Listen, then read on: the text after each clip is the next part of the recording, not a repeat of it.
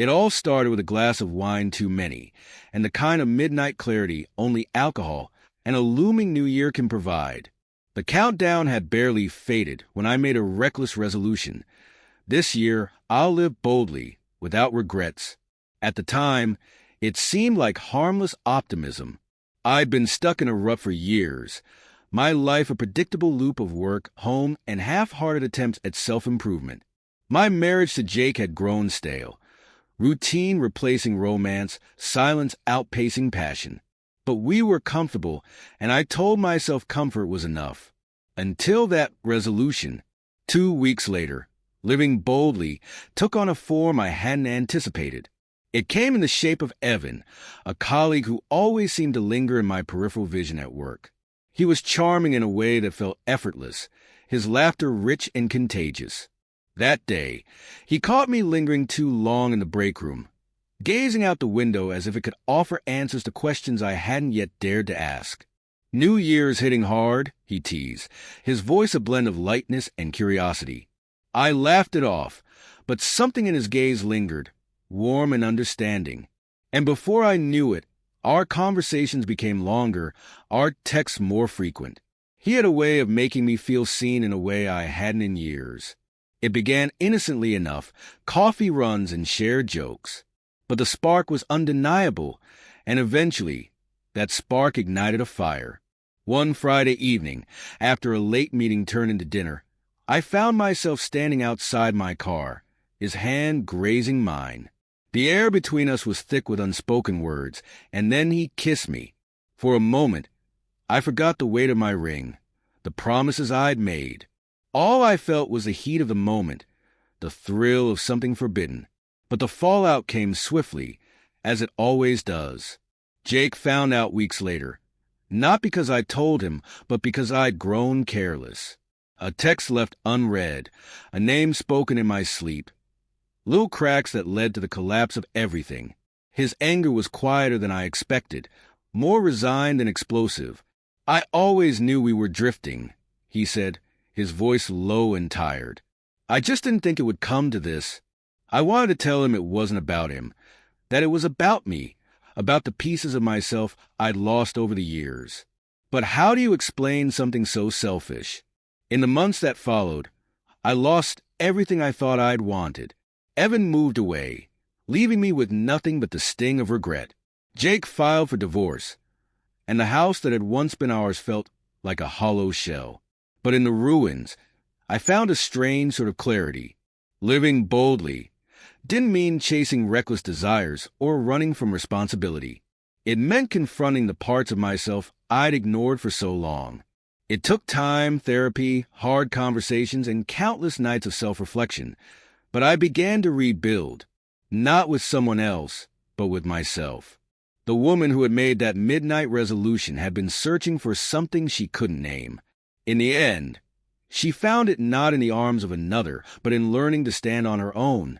Now, every year at midnight, I make a resolution, but I keep it simple. Be true. It's a promise I can keep. No matter how wild the fallout may seem, the divorce was finalized in the spring, a quiet end to 12 years of shared life. Jake had been kinder than I deserved, splitting things evenly and even leaving me the house. "You need it more than I do," he'd said, though his tone was devoid of the warmth it once held. The house became my cocoon, both a sanctuary and a prison. Its walls echoed with memories I couldn't escape. Yet it was within those walls that I began the slow process of rediscovery. I signed up for a painting class, something I'd always wanted to try but never had the time or courage for. The instructor, a quirky woman named Margot, had a knack for pulling creativity out of her students. My first attempts were clumsy, laughable even. But there was something cathartic about dragging a brush across canvas, turning chaos into color. It wasn't just painting. I started running in the mornings, my feet pounding the pavement in rhythmic defiance of the life I'd left behind. I planted a garden in the backyard, each bloom a small triumph. I even adopted a dog, a scrappy mutt I named Whiskey, who quickly became my shadow. Through it all, I stayed away from relationships. The wound I'd left in Jake and in myself was too fresh, too raw. Instead, I focused on piecing together who I was outside of being a wife, a partner, or a betrayer. But life has a way of throwing curveballs. One evening, as I was walking whiskey along the river trail, I ran into Jake. He was with a woman, tall, elegant, the kind of beauty that made you straighten your posture and question your outfit. They were laughing, their ease with one another, like a punch to the gut. He saw me before I could slip away. His smile was polite but distant, the kind of smile you give an acquaintance, not someone who once shared your life. "Hey," he said, his voice steady. "Hi," I replied, my own voice betraying none of the turmoil inside me. "This is Elise," he said, gesturing to the woman beside him. She extended a hand, her grip firm and her smile genuine. "It's nice to meet you," she said, as if I were just another passerby. "You too," I managed, though the words felt hollow. They didn't linger, and neither did I, but the encounter left me shaken. Seeing Jake happy, moving on, was both a relief and a reminder of what I'd lost. Later that night, I stared at one of my paintings, a chaotic swirl of blues and yellows. It was imperfect, yet there was a strange beauty in its flaws. Much like my life, I realized. The next morning I called Jake. He sounded surprised to hear from me, but he agreed to meet for coffee. We sat across from each other in a small cafe, the air thick with unspoken words. "I just wanted to say I'm sorry," I began, my voice trembling. "Not just for what I did, but for the ways I let us drift apart. I wasn't fair to you, and I wasn't fair to myself." Jake studied me for a moment, his expression unreadable. "I appreciate that," he said finally. "But we were both at fault, you know. I wasn't paying attention to what you needed. Maybe we both forgot how to be us." We talked for hours, not about getting back together, but about closure, forgiveness, and the lives we were building apart. By the time we parted, the weight I'd been carrying for months felt a little lighter. The unexpected fallout of that wild midnight resolution had shattered my world, but it also forced me to rebuild it with intention. And while the scars of the past remained, they no longer defined me. I wasn't the same person I'd been a year ago.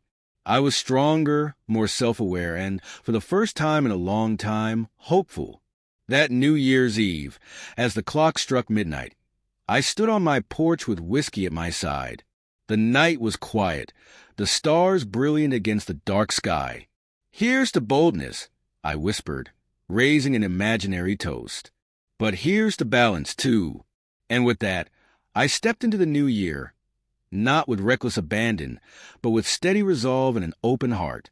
Life settled into a rhythm that felt new, yet deeply satisfying.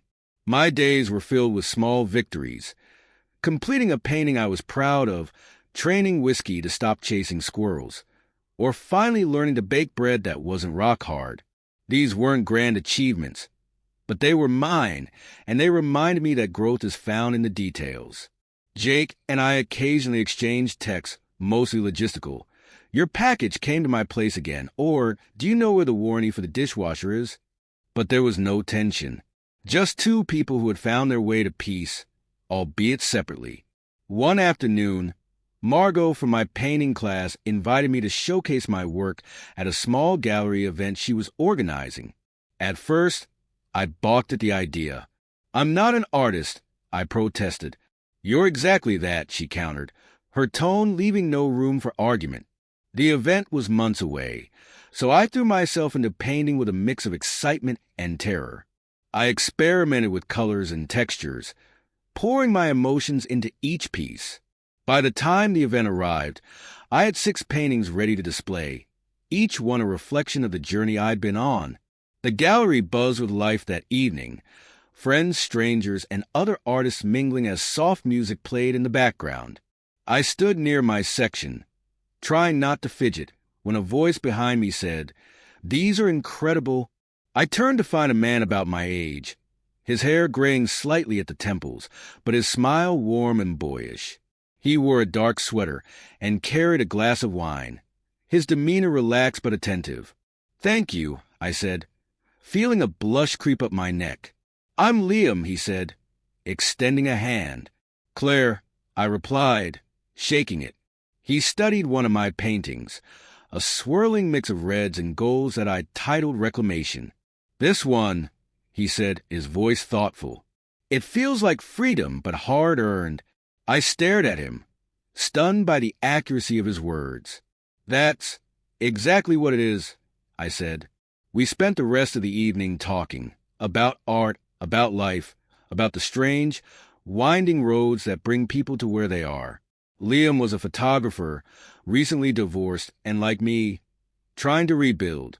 When the night ended, he asked if I'd like to grab coffee sometime. I hesitated for a moment, the ghosts of my past whispering caution. But then I thought of my resolution, to live boldly, but also to live honestly. "Coffee sounds great," I said, smiling. The weeks that followed felt like the tentative first steps on a new path. Liam and I met for coffee, then dinner, then a hike with whiskey bounding happily ahead of us. He wasn't a grand romantic gesture or a whirlwind romance. He was steady, kind, and refreshingly real. What struck me most was how different it felt from my relationship with Evan. There was no secrecy, no thrill of the forbidden. With Liam, there was trust, something I hadn't realized I'd been craving until it was there, quietly taking root. As the seasons changed, so did I. The gallery event turned into a regular gig. I sold several paintings and even received a commission for a custom piece. My garden flourished, spilling over with vibrant blooms. And in the quiet moments, when it was just me and whiskey, I felt a contentment that I hadn't thought possible a year ago. One crisp autumn morning, as Liam and I walked hand in hand along the river trail, he stopped and turned to me. "You know," he said, his voice soft, "meeting you feels like finding something I didn't realize I was missing." I smiled, squeezing his hand. "I think I know what you mean," and for the first time in a long time I felt whole, not because of Liam or my art or the life I was rebuilding, but because I had finally learned to be at peace with myself. As the year drew to a close, I found myself back on my porch with whiskey, gazing up at the stars. "Here's to wild resolutions," I whispered, a small smile playing on my lips. "And the unexpected fallout that makes us who we are." The new year felt like a blank canvas, and for the first time, I couldn't wait to see what colors I would paint. The new year brought a subtle shift, not just in my surroundings, but in how I saw myself. I no longer viewed my past as a series of mistakes, but as lessons etched into the fabric of who I was becoming. Liam became a steady presence in my life, but he wasn't the center of it, something we both respected about each other. We were two independent people sharing a journey, rather than leaning too heavily on the other to fill voids. One afternoon, as we sipped coffee at a small cafe downtown, he slid a photo across the table. "I took this last week," he said. The photo was of a field at sunrise, the sky painted in soft pinks and golds. In the foreground, a single tree stood tall, its bare branches reaching upward. "It's beautiful," I said, tracing the lines of the tree with my eyes. "It reminded me of your painting, Reclamation," he said. "The colors, the sense of resilience. I thought you might like it." The comparison touched me deeply. For so long, I'd felt like that tree, stripped bare, yet somehow still standing. I tucked the photo into my bag, determined to frame it when I got home. In the spring, Margot invited me to co-lead a workshop at the studio. At first, I hesitated, unsure if I was ready to teach others. But she insisted. "Your story matters," she said. "People connect to art because it's real. And your journey is real." The workshop turned out to be one of the most rewarding experiences of my life.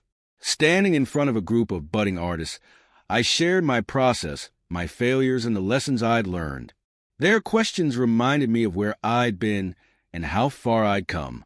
One of the participants, a young woman named Sophia, approached me after class.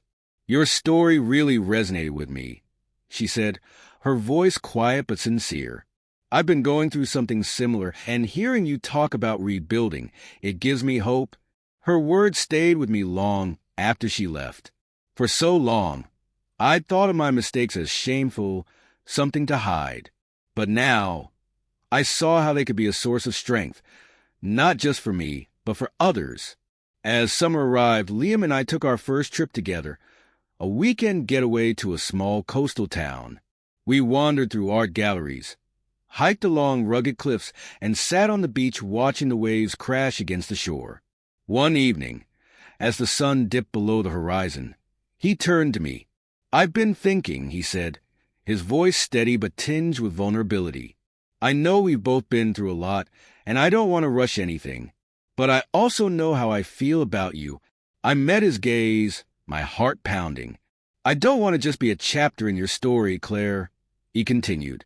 "I'd like to be part of the whole book, if you're ready for that." Tears pricked at my eyes, not from sadness, but from the weight of the moment. He wasn't asking me to erase my past or to promise a perfect future. He was asking me to take a chance, to step into something new with honesty and hope. "I think I'd like that too," I said, my voice trembling but sure. The rest of the year unfolded like a mosaic, each moment a piece that added to the bigger picture. My relationship with Liam deepened, not because it was flawless, but because it was grounded in trust and mutual respect. My art continued to grow, each painting a reflection of my evolving self. And through it all, I carried that wild midnight resolution with me, not as a reckless promise, but as a reminder to live authentically, boldly, and with an open heart. As another New Year's Eve approached, I stood once again on my porch, the stars twinkling above. Whiskey curled at my feet, and Liam stood beside me, his hand warm in mine. "Do you have a resolution this year?" he asked, his voice soft in the quiet night. I thought for a moment before answering. "Not a resolution," I said, smiling. "Just a promise to keep growing, no matter where the journey takes me." He squeezed my hand, and together we watched the clock strike midnight, ready to face whatever came next.